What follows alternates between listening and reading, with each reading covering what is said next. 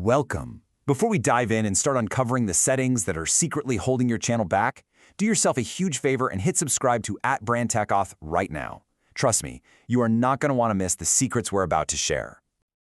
Okay, let's talk about this, because it's the ultimate creator frustration, isn't it? You pour your heart, your soul, everything into a masterpiece. You hit that publish button full of hope, and then crickets. But what if I told you the problem isn't your content? What if it's just a handful of simple settings you've probably never even noticed?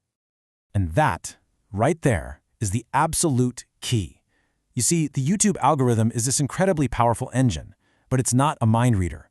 It can only work with the instructions you feed it. So if your settings are blank or just plain wrong, you're basically sending your videos out into the world blindfolded. Well, today, we're taking that blindfold off. First up, we're going to look at the big picture stuff. These are the foundational channel-level settings that basically tell YouTube what your whole deal is. Getting these right is step one to getting discovered by the right audience. This is such a classic and seriously costly rookie mistake. We all obsess over our video tags, but we totally forget about channel keywords. Think of it like this. These keywords tell YouTube what your channel is about as a whole. This helps the algorithm build a profile of your perfect viewer so it can recommend not just one video, but your entire library of content to people who are hungry for it. So here's the deal. Just look at the difference here. On the left, you've got the default trap, a total blank slate. You're giving YouTube nothing to work with. But on the right, the pro move, that's a clear roadmap. So go into your settings, find that basic info tab, and just add 5 to 10 broad keywords that perfectly nail what your channel is about. It takes maybe 2 minutes, and the impact is huge. All right, now this one is really interesting because it looks so harmless, right? It's just this tiny little drop-down menu under Upload Defaults. But here's the secret. Choosing the right category can have a massive, and I mean massive, impact on how much money you actually make. And boom, here's the proof. This is from a real creator over on Reddit. They've been uploading under the generic entertainment category, but when they switched to a more specific category that actually fit their content, their ad revenue literally doubled. Why? Because YouTube could finally serve more relevant, higher-paying ads to the perfect audience. Don't leave that money on the table.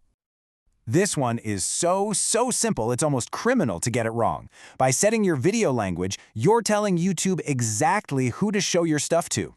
If your video is in English, you want it shown to English-speaking viewers who are way more likely to watch, engage, and subscribe.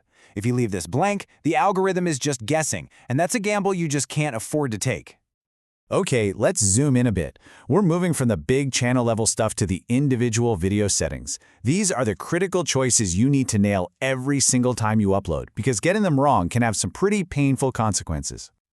I call this a landmine for a reason. Incorrectly flagging if your video is made for kids isn't just an algorithm mistake. It's a potential violation of child privacy laws, like COPPA. And let's be crystal clear about this. That responsibility, it falls squarely on your shoulders as the creator. Think I'm exaggerating? This is the fine Disney had to pay the Federal Trade Commission for not properly labeling clips from franchises like Toy Story and Frozen. The FTC has made it clear, if you don't use the tools YouTube gives you to protect kids, they're not coming after YouTube, they are coming after you. Okay, look, I get it. YouTube's auto captions are super convenient, but here's the problem. When you rely on them, you're basically making your content invisible to search engines.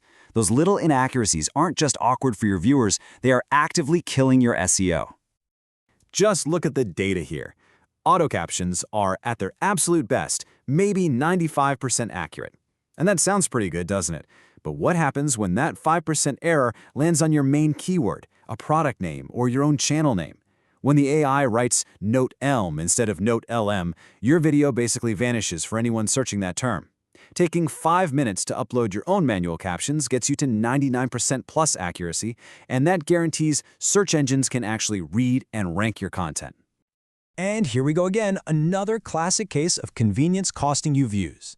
Letting YouTube's AI auto-generate your video chapters is a huge missed opportunity.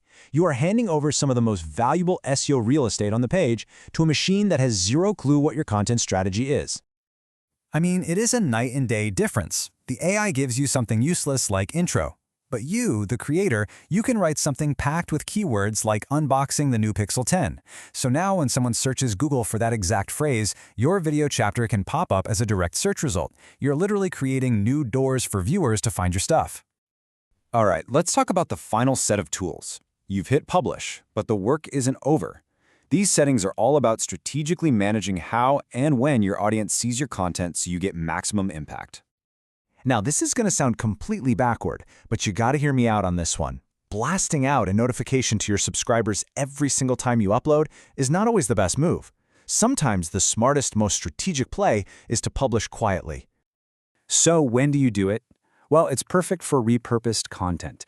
Let's say you're uploading a short that you clipped from a longer video your subscribers have probably already seen. Just uncheck that little box. This prevents what's called notification fatigue, and it makes the alerts for your big, new, original videos feel that much more important. If your default upload setting is public, you are playing with fire. It means the second your video is done processing, it's live for the whole world to see with zero chance for you to do a final review. You're basically removing your most important safety net. So here's your new game plan. Instead of public, set your upload default to either private or unlisted. This creates a crucial buffer zone. It gives you time to go in, double-check your title, your description, your captions, that made-for-kids status, everything, before you manually flip the switch to public. Finally, let's talk about your comments section. It is so much more than just a place for feedback. It's a direct signal to the algorithm. A community that's filled with spam and negativity tells YouTube that your content might be low quality.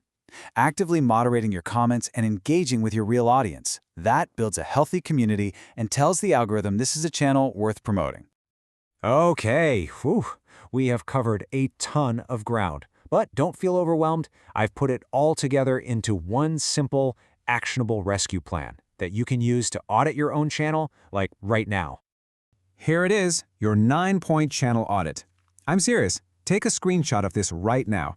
Tonight, open up your YouTube studio, go through this list one by one, and check every single item. This is your roadmap to finally giving the algorithm the right instructions. So my final question to you is this. Which one of these was your aha moment? Which setting are you going to go fix the second this is over? Go check your channel and then drop it in the comments below. I want to see which one of these silent killers has been holding the most channels back.